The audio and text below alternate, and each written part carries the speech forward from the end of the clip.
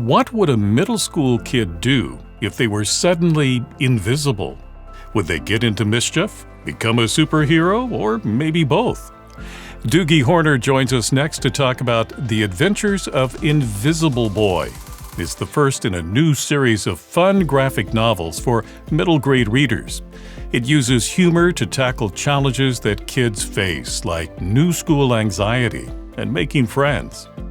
Hi, I'm Dan Skinner, and welcome to the Kids Bookshelf. Ahead, we'll explore the book and talk with the author about the inspiration behind it. I requested and was provided with a copy of the book, but this video is not sponsored. Doogie Horner is an author, illustrator, and comedian. He's the illustrator of Quirk Books Kid Legends series, and his other books include This Might Hurt a Bit, some very interesting cats perhaps you weren't aware of, Everything Explained Through Flowcharts, and 100 Ghosts. We'll talk about his new middle grade graphic novel, The Adventures of Invisible Boy. Doogie, welcome to the Kids Bookshelf. Thank you. Thanks for having me, Dan. It's great to be here. Big fan. Well, tell us about the inspiration for this new series of graphic novels. Well, I started drawing comic books with my son during the pandemic, during lockdown, because we were looking for entertainment. And, okay, this is going to sound weird, but my son had an imaginary friend that was just me, like doing a funny voice. And his friend was always wrong. He always came up with the worst ideas possible. And so when we were making comic books one day, his imaginary friend came up with the idea for a superhero that was invisible, but so invisible that the reader couldn't even see him. And so that's how I started drawing the comic book, where you literally couldn't even see the main character. You could only see his speech bubbles. And then eventually I realized that really was a bad idea. And so now in the comic book, when you see him, I draw him the way people usually draw invisible people, like an outline, sort of ghostly, semi-transparent. So tell us about the plot of this first book. The main character is a young kid named Stanley. Him and his friend, his family, moved to a new neighborhood in the middle of the school year. He doesn't know anybody. It's the middle of the school year, so everybody else has already made friends, and he's really nervous. And he gets even more nervous because he finds out that the first day is going to be a science fair, and he's got to have a project, and he just wishes that he could disappear.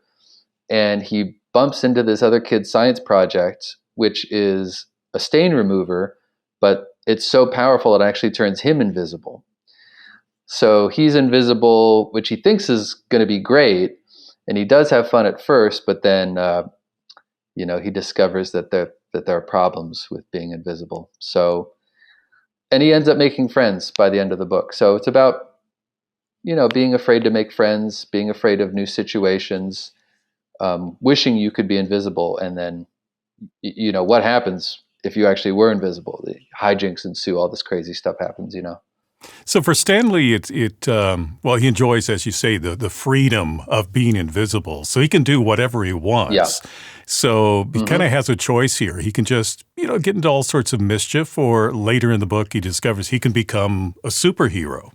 That's right. At first, he does what I think any of us would do if we were invisible. We realize the laws of society no longer apply to me, right? I can go. So he goes to a fair, a county fair, and he rides all the rides that little kids aren't supposed to ride. He eats popcorn, he drinks soda, he eats ice cream. He has a great time.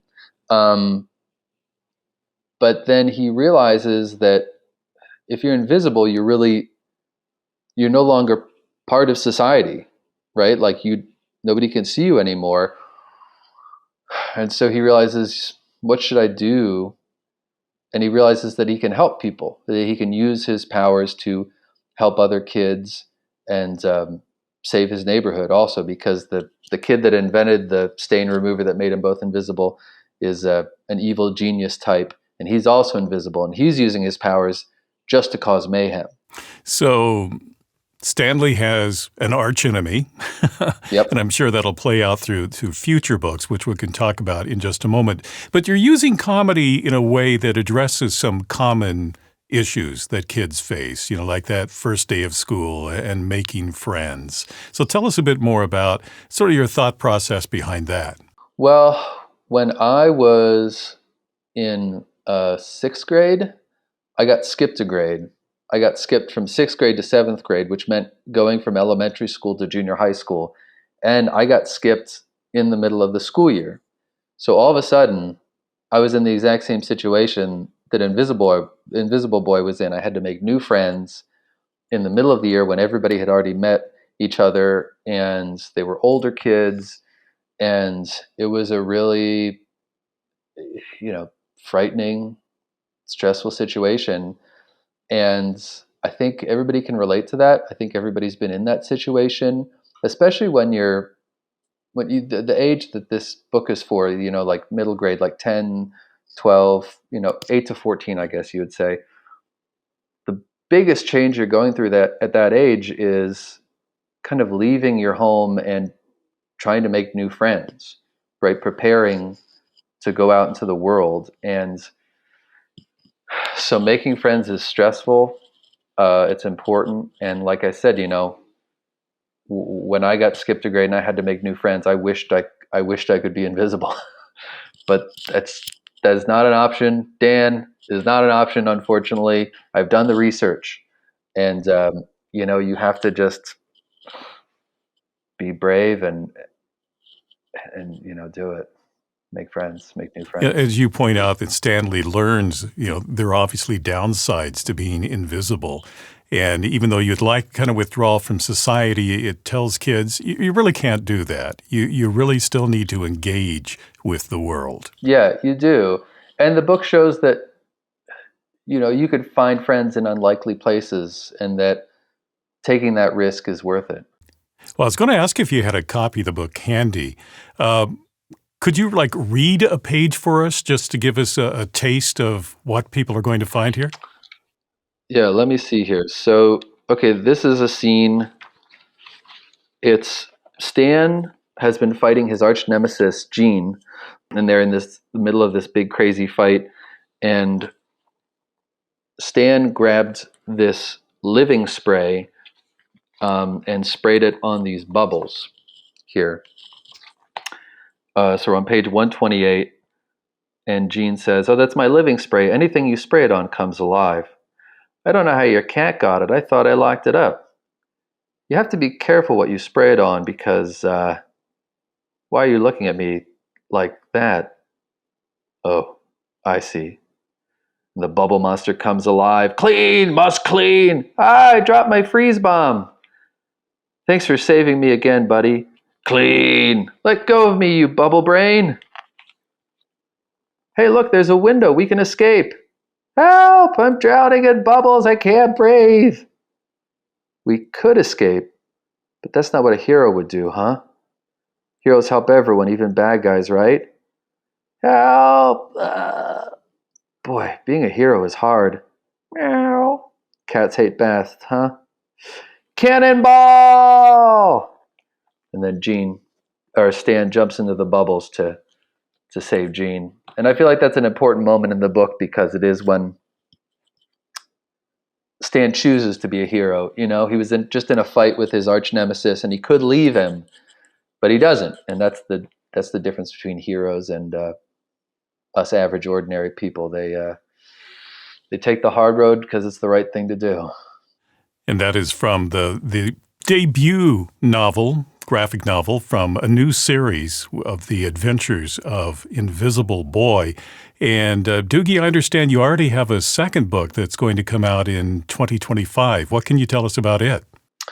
So the first book is about Stan and Gene getting their powers, and then the second book they sort of learn how to control them more. And the first book is kind of like a buddies book, like making friends and stuff. But then in the second one, it's a little bit more of a superhero one. Um, not full on superhero. Like they're still in their neighborhood in the suburbs and having the same types of kid adventures, but I tried to make it a little bit more of a superhero-y homage type book. So I was trying to figure out how I wanted them to be like in a city or something, but they can't be. And so, but I realized there's a scene where they have a fight. They fight some bad guys in a miniature golf course, and the miniature golf course is Manhattan themed. It's Manhattan mini golf. So they have a fight in a miniature Manhattan. So it looks like a Godzilla kaiju big battle. Um, so, anyways, that's kind of what the second one's about, and I'm pretty excited about it. I think it's good. And what's the title of the second book? The second one's called Zeros to Heroes. The Adventures of Invisible Boy, Zeros to Heroes. So, Doogie, there are a lot of children's books out there. What do you think sets your book apart and your approach apart from a lot of the graphic novels you see out there today? A lot of graphic novels out there right now, I think, are a little too adult in two different ways. I think a lot of graphic novels are kind of violent. And when I say violent, I just mean like hitting, like everything. I mean, Invisible Boy has a little bit of hitting too. Like it's just part of the genre, I guess. But I feel like a lot of graphic novels are too dark. They're a little too heavy. A lot of times they deal with like really big issues, like a kid's parents will get divorced or they'll have cancer. There's always a dead dad. There's always a dead dad. It bugs me.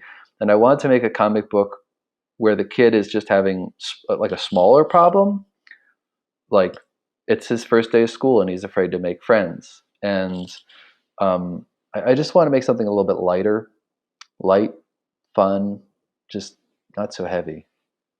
I have a question for you. You are an author, an illustrator, a comedian. I'm curious about how it works for you to sort of translate your comedy into a book form.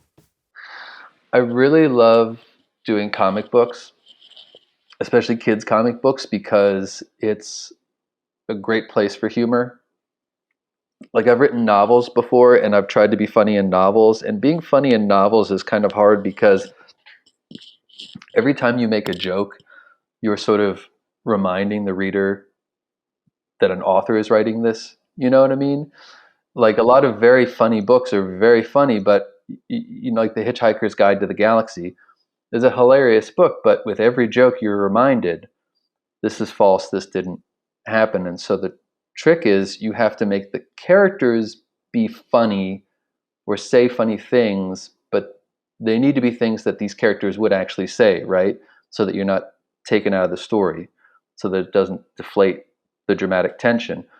But with a comic book, I don't know, different rules apply. We're so used to seeing things like Spider-Man, these superhero comics. It's a different reality because it's all drawn, and because it's drawn in a style, we kind of immediately accept this is a different reality, a heightened reality. And so you're allowed to do funny things and people don't blink at them. Like there's a character in the book called Cheese Cat, who's a stray cat that's so smelly that's like kind of his superpower, and he's more intelligent than an average cat would be. But in the book we just sort of accept it because we're like, oh yeah, smart cats or whatever. We're used to seeing this in Disney cartoons or comic books or stuff. So I really like comic books, and especially kid comic books, because it is a great format for comedy. Now, as you know, with children's books, often authors and illustrators are two people separate. They work separately. But in your case, you're both author and illustrator. So does that give you a creative advantage? Yeah, it's a lot easier because I can choose what I want to draw. And it also makes the process kind of more seamless. Like how I make my comic books is I write them ahead of time, but I just write a summary. My initial summary is only like 20 pages typed up. And then when I start drawing, I can draw and write at the same time. I can sort of choose what I'm drawing. And so it allows me to make choices like, oh, this would look really cool, so I can put this in here, as opposed to if you're just right. If I had a different writer, they might be approaching it from a writing standpoint, like, well, this is a emotionally powerful scene. This dialogue is powerful, but they might not think visually as much. And so it just gives me a big advantage. I can choose to draw stuff that I know is going to look cool drawn. And I might not be able to think of it that way, though, if I was just writing it. Mhm. How would you describe your illustration style? It's pretty, I try to make it sort of simple and childlike. Um, for years, I wanted to draw comic books, and I tried to draw like the Marvel artists do, like I tried to draw Spider-Man in perfect, 3-point perspective, swinging over Manhattan. And I was just like, oh my God, this is so hard, and I just, at a certain age, I realized I was like, I can't be a comic book artist. I can't draw helicopters. I can't draw horses. It's just not going to happen. But when my son and I started drawing over the pandemic, I wasn't worried about any of that stuff. I was just trying to draw as fast as he was talking. Like, I don't know if you've ever done that with a kid where they're like, all right, I'll tell you the story, you draw it. And they're talking and you have to like, draw. And I didn't think anybody was going to see our comic book. So I stopped worrying about if the drawing was good or correct. And I discovered that I could draw in a style that was kind of fun and a little bit childlike, and not, the perfect Marvel Comics polished style. But I developed a style that I think works and tells a story. Like, your drawing doesn't have to be perfect as long as it does certain things. Your character's expressions need to be clear. The content needs to be clear, right? You need to be able to understand, where are we in the scene? What is happening? And as long as you're doing that, and then you think about composition, and as long as your style is consistent, then it doesn't have to look like I said, this super realistic, slick kind of Marvel style. So, well, here, actually, you can see my style. That's my style. The book is The Adventures of Invisible Boy by Doogie Horner. Doogie, thank you for talking with me today. Dan, thanks for talking with me. I really appreciate it. Now, if you'd like to purchase The Adventures of Invisible Boy, I've placed a link for you in the description below. Well, thank you for watching this edition of the Kids Bookshelf. And if you'd like to see more videos about children's books and their authors, be sure to like, subscribe, and click on the bell to be notified about future programs. I'm Dan Skinner. Until next time, keep sharing the gift of reading.